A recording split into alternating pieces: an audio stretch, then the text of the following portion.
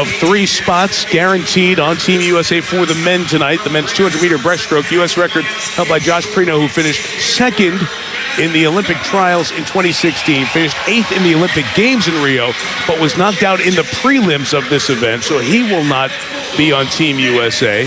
Kevin Cordes is going to have a chance to be. He was just introduced. That's Nick Fink, who will be in lane 5, 27-year-old Athens Bulldog Swim Club, grew up in New Jersey. He's going to be one of the favorites in this event. Let's take you through all 8 men in the field. Jake Foster, rising junior, University of Texas, 20 years old. He and his brother have both had good meets. Can one of them make the team? Andrew Wilson, second in the 100 breaststroke. He's in lane 2. Kevin Cordes, who I mentioned before, is in lane 3. Cordes finishing second in the trials and 8th in the Olympic Games, where Prino finished second in Rio in 2016. Matt Fallon's been the surprise guy of these games.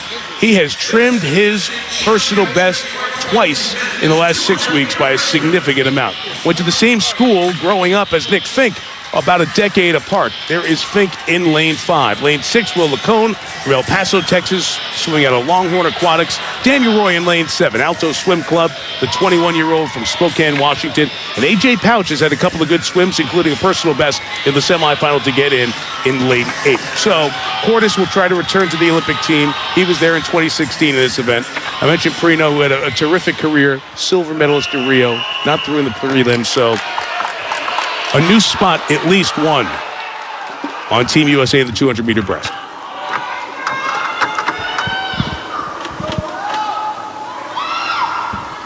Take your mark.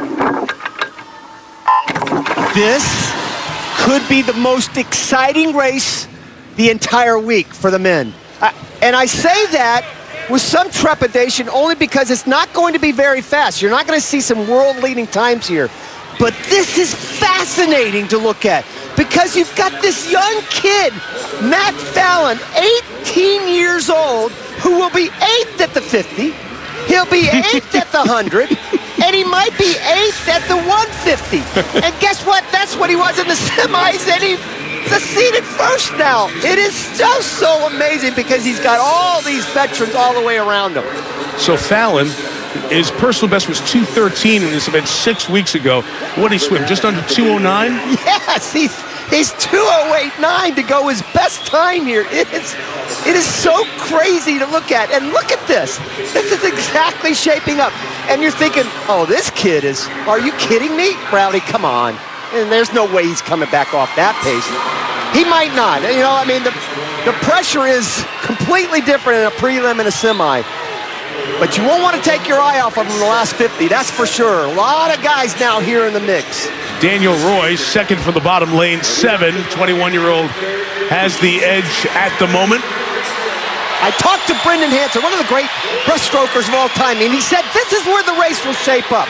Right here at the 100 to 150 mark. And this is another young guy, only 21 years of age. So much promise over the last couple years. Don't take your eye off of Nick Fink in lane number 5. This dude can get home. Well, this is going to be tight. Fallon's got so much room to make up. Up in lane 2, Andrew Wilson with a bit of an edge. He's not going to do it here. It's Fink. Could Fink do it? Never been an Olympian, and it is tight right now. Lacone, never been an Olympian. Fink in 5, Lacone in 6 at the top, and is Wilson in 2, final 10 meters. Fink accelerating to the wall, to Tokyo. Nick Fink is an Olympian, and Andrew Wilson up to get second. Outtouches Lacone by 18/100ths of a second, swimming a personal best. Nick Fink, 2:07.55.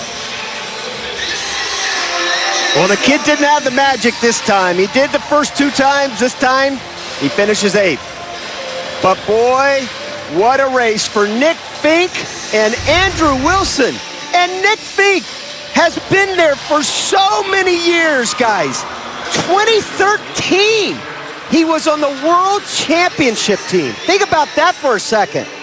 Here's the 150 turn right here. And Brendan, you were right, buddy. The race took place on that third 50. That's where it happened. Who made the move? It was Nick Fink. never been an Olympian. Andrew Wilson up there. Now he's two-time, but this guy, oh my gosh, again, such heartbreak. Will LaCombe finished third in 2016. Oh no, and he finishes third again. And we said 18/100ths of a second between second and third. Oh. And there is the difference right there. Oh my God. So close, so far. Not related to Bobby Fink, who qualified earlier in the 800. That Fink has an E in his surname. Nick has no E, but they're both going to Tokyo. And Andrew Wilson right there, right behind in second. And we talked about Matt Fallon. Couldn't make up that ground. He does finish 8th. Michelle is with Nick Fink. Nick, this was your last shot to make the team. When you got out of the pool and heard that crowd yelling for you, what went through your mind? It still hasn't digested yet. I'm still reeling, man. This is such a, incredible meet. High ups, low downs, and I'm just trying to process everything right now. And man, I don't have words right now. It was a long time coming. What kept you inspired over all the years? Just the supporting cast, I was out there swimming, but everybody else set it up for me. My coaches, my teammates, my family, my friends. I mean, without them, I would have been done swimming 5 years ago. So they kept me going through all this, and I can't possibly thank them enough. Well, they'd love it, and we'd all love it, if you signed the drum to signify you're headed to Tokyo. Congratulations. Nick Fink in this event at trials in 2012 was 17th. 2016 trials in this event, he was 7th. Stays with it, and he wins now. Simone Manuel when we come back.